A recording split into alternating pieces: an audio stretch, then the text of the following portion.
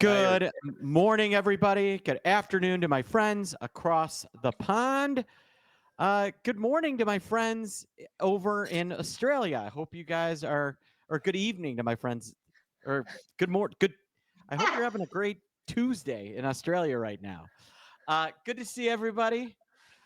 This is the Option Pit Ticker Highlight Show. Now, this is the three-headed beast where we're going to take one stock ticker and we're going to break it down from a fundamental long-term basis. We're going to look at it from a short-term and intermediate term on the charts. And we're going to look at the implied volatility to see if we can develop an option trade. I am Mark Sebastian. I am your only option. And I am joined by one Andrew T. Giovinazzi, the Viking of Volatility.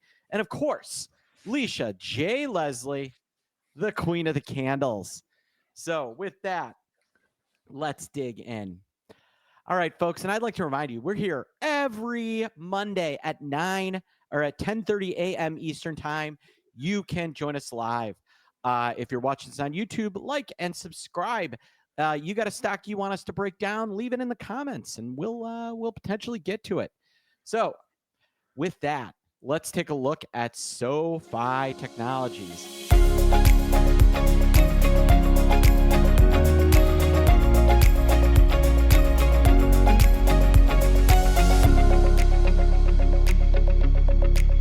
Now, this is what we would call a meme stock gone sad. So prior, during the 2020 all the way through the end of 2021, this was a high flyer, right? It started pre-COVID around where it is now.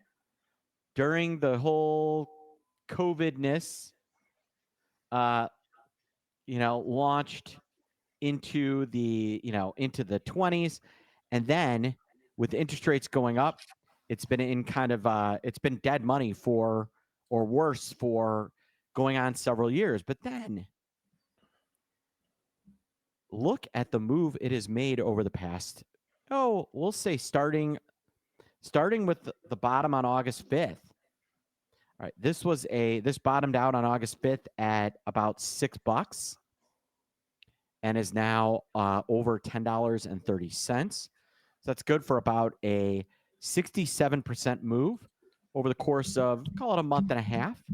Now that's only $4.15, but that's still a pretty impressive move. And what's been driving that? Well, a couple of things. Now, this is a firm that has never been exactly profitable. On a trailing 12 months, they are losing money. But if you look at their earnings, what do you notice? They started to turn a profit. Now, it's not huge, 2 cents a share, 2 cents a share, penny a share, potentially a penny a share for the 30th. So they're on the verge of having a profitable trailing 12 months if the July quarter is, in fact, does turn a profit. So, I'm sorry, not the July. If the October quarter returns a profit, they will be on a trailing 12-month basis, they will be profitable. And I think that's what people are starting to get excited about here. Falling interest rates, they'll start seeing some refis. But let's face it, a lot of their loan capacity is at lower rates than where they currently are. And some of the declining rates will help it there. Now, where they are doing well and where we're seeing some profit is, you get your student loans from SoFi. They started offering investment services. And if I'm a student that's been paying somebody a decent amount of money that loan me money, it would make sense that, they're in my sight line to potentially start savings. So that the fact that they're growing that investment portfolio, that's what I believe people are kind of excited about, because that is relatively low-hanging fruit for them. It's obviously regulatory compliance side, it's a slug, but in terms of what they'd be offering, how they make money, it's a lot easier than trying to originate loans. I can tell you that much. And the market seems to like that angle a lot. So my take is that if the economy is not going to fall flat on its face, and the fact that a lot of their loans are Sallie Mae, which means they're very tough to shed in bankruptcy court. This, the $10.5 billion market cap seems a little rich for a company that's not making money and is about to start turning a profit. But if you look at them as a technology company, as somebody that's got their foot in the door with a lot, and I mean a lot of young people that will eventually start making some money, long-term growth prospects are not that dissimilar from a Robinhood. And you can see Robinhood doesn't turn a huge profit, and it's worth $25 billion. So there might be upside here up to 15, 16 bucks in the right environment. And that is what I see from a fundamental basis in SoFi Technologies.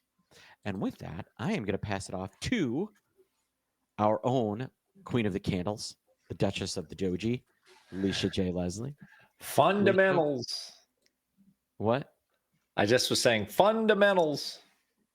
So today in SoFi, we are up against a little resistance. This previous high back here in December of 23 and October 15th. So just needs a bust out of there. And I think 1115 is in order. And from there, this previous high, 1175. 1172 make that. So yeah. And on the pitchfork here, this newer pitchfork I created, kind of just flirting with that support level there, 10 and a quarter. Mm-hmm. So yeah, looking bullish here. You wanna trade above this high though, over today's high. Yeah. What's your long term? I see you've got that big longer term one. Obviously, you've got a. Yeah, a 10.15 or 11.15. And then this previous high here is 11.72. All right. Above there, you can just go further out, 13 in December maybe. That would be pretty aggressive. So our kind of near term no gap bullish bias is up to about $11.15. Yeah. Yeah. And you're pretty clear sailing above here on the volume profile. All your moving averages are much lower. So yeah, but you are, like I said, today you are up against that resistance of this high and Tuesday's high, which come in at the same level. Same price. Yeah. All right. Your RSI is overbought, but as I always say, that's okay. It can stay overbought as long as it wants. It's when it turns down back below 70 is when it's a bearish signal. So you're okay there, and your MACD is looking still very positive. All right. I like it. Feels like they like this one. Yeah, and with that, I will pass it off to Andrew Giovinazzi. Now, this one does have earnings coming up. Earnings are going to be October 29th before the market, so in approximately 8 days. Andrew, what do you see in terms of the volatility, both realized and implied? Well, last time, like the earnings, it's weird because I thought they beat earnings the last couple times. Looking here, and I think this time they just got taken out by the August 5th thing. So the number wasn't bad, and then everything just got beaten with the ugly stick. But here you're seeing pretty solid earnings. A bump for earnings, which is pretty normal. This is 30-day volatility. This is a red line. So you're seeing, I would say, a normal bump for earnings, maybe even a little light, to be quite honest. Yeah, I was noticing that.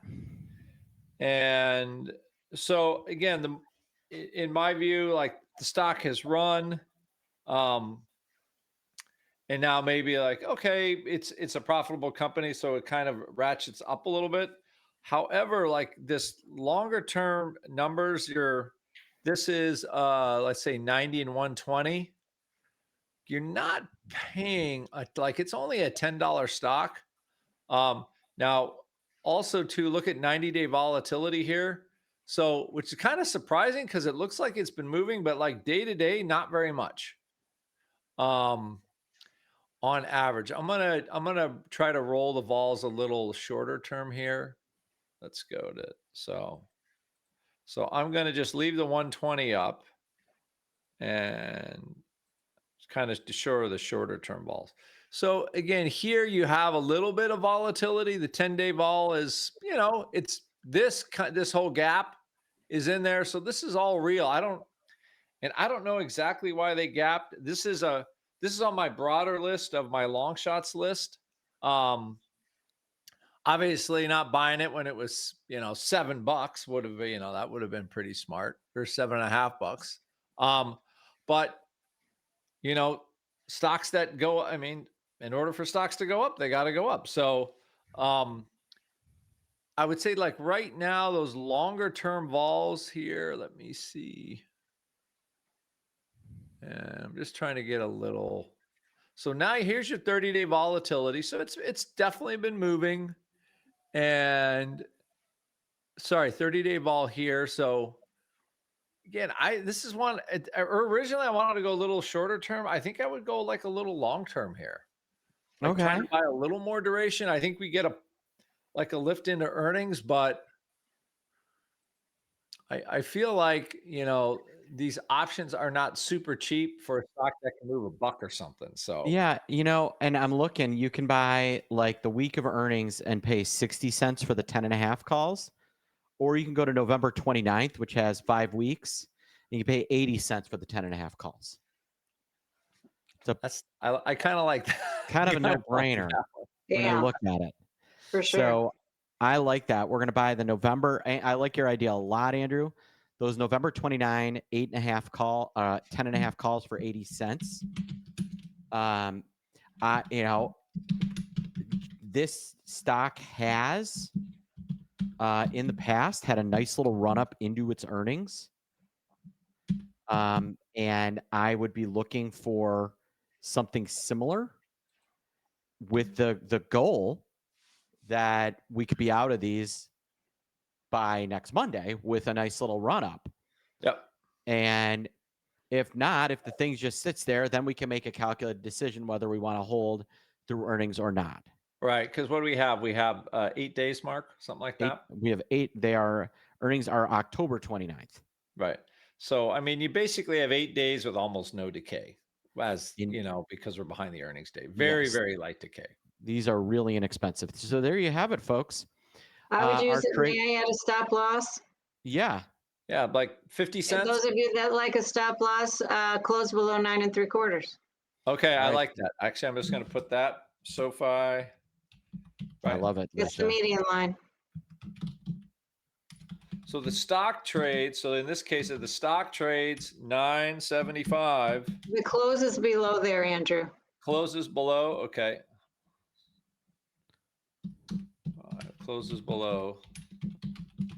We're going to kill our calls. Now remember, because earnings are going to be the 29th, options that expire afterward, they just don't die because option premiums will still stay pumped for the potential earnings pop. So you tend to have a little more forgiveness on a little bit later option premium, a little bit longer duration. And there we go. There you go. I'm gonna try. I'm gonna put in a little bit for a couple of these bad boys. Let's see here. SoFi. Is there a SoFi song? Probably not. There I is know not. Howard. I know Howard doesn't want me to sing one, so I'm not gonna. All right. I Well, guess.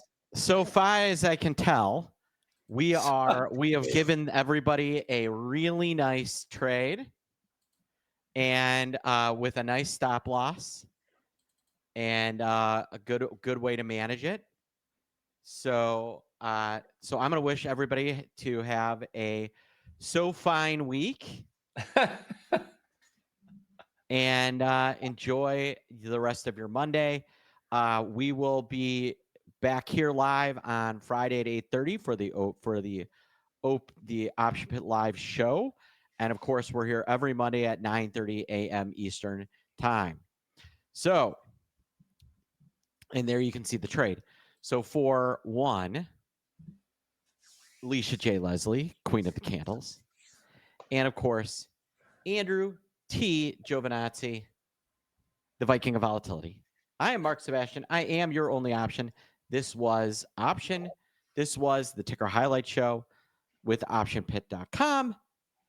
Once again, if you'd like us to look at a stock, leave a like and subscribe, leave a comment in YouTube. And if you register here, you can attend live every Monday. So come and check us out, OptionPit.com. Have a good one, everybody. Take care, all.